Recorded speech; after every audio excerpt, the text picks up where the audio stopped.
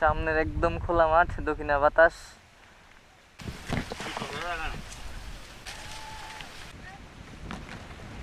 ওইটা আমার মিষ্টি নি এলাকায় এক বন্ধুর বাসায় আসলাম।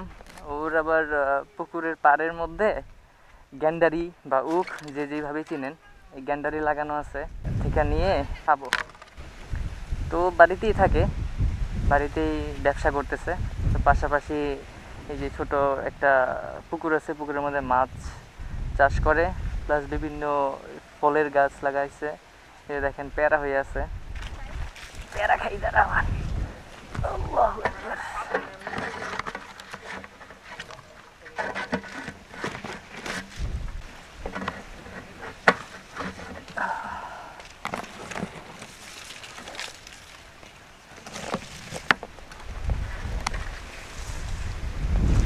ক্যাচ,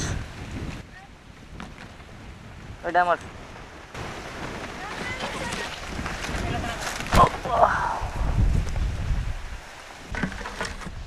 তো বন্ধু খুবই ট্যালেন্টেড পারসন, এলাকায় বিজনেস করতেছে, পাশাপাশি এই যে পড়ে থাকা যেই পুকুরটা আছে, পুকুরের মধ্যে মাছ চাষ করতেছে।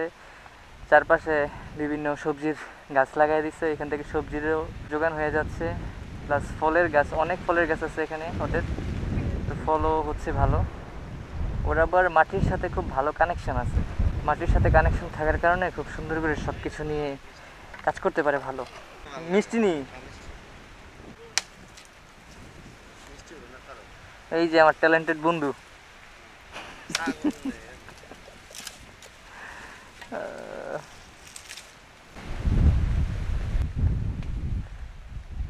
সামনের একদম খোলা মাঠ, দক্ষিণা বাতাস। ও অস্থির। গ্যান্ডারি গাছ কি কমে গেছে নাকি এখন? কম লাগতেছে, এর আগে তো আরো বেশি দেখছিলাম। সজল, এটার মধ্যে দুই রকমের কেন পাতা? হ্যাঁ, বাহ অস্থির তো। এই সাইডে দেখেন পাতা এক টাইপের এবং পেয়ারাগুলো এক রকমের হইতেছে, আর এই সাইডটাতে মানে পাতাটা অন্য রকমের। আর কই যেন পেয়ারা, এই যে পেয়ারাটার কালারটাও একদম পুরো চেঞ্জ, সাদা টাইপ। খাওয়া যাবে? গাছ কিন্তু একটাই, একটার মধ্যে থেকে মানে ডাল বেরিয়েছে যেটা, একটার মধ্যে এক টাইপের ফল হচ্ছে, আর এই সাইড দিয়ে পুরোটাই আলাদা। মাশাআল্লাহ,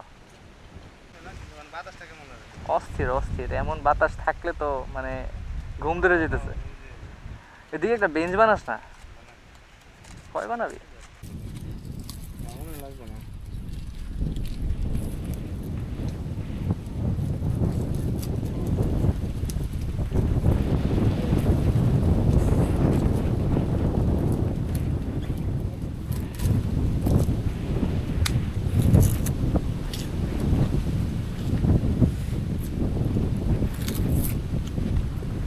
হ্যাঁ হ্যাঁ করে দে।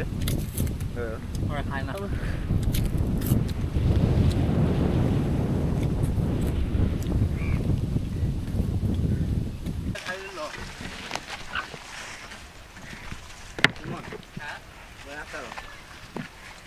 এটা তুলছিলাম রে, প্রথমে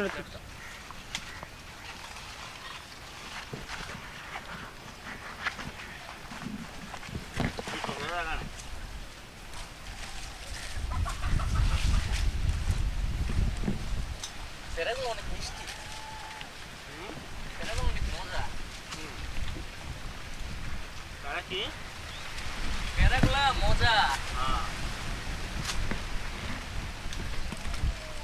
মজু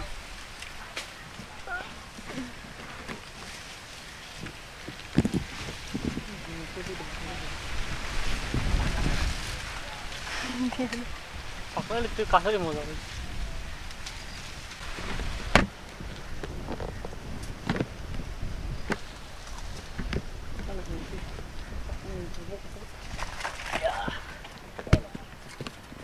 এই যে সবাই যে তোর বল লাগে বুঝলে না মেলা লাগে বুঝা নিচে তো খাইতেছি না তো। ছাপলো নাকি? যাও পড়বা। আচ্ছা আমি শাপলা তুলছি আলু তুলছি এবার আমার ব্যাটা তুলছি ফুল না ফুটলে জোর করে উঠাইতে হয়।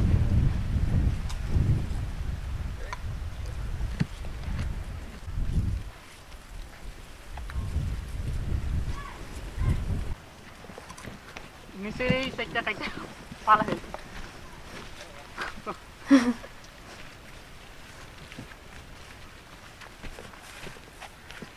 ওদিকে যাবি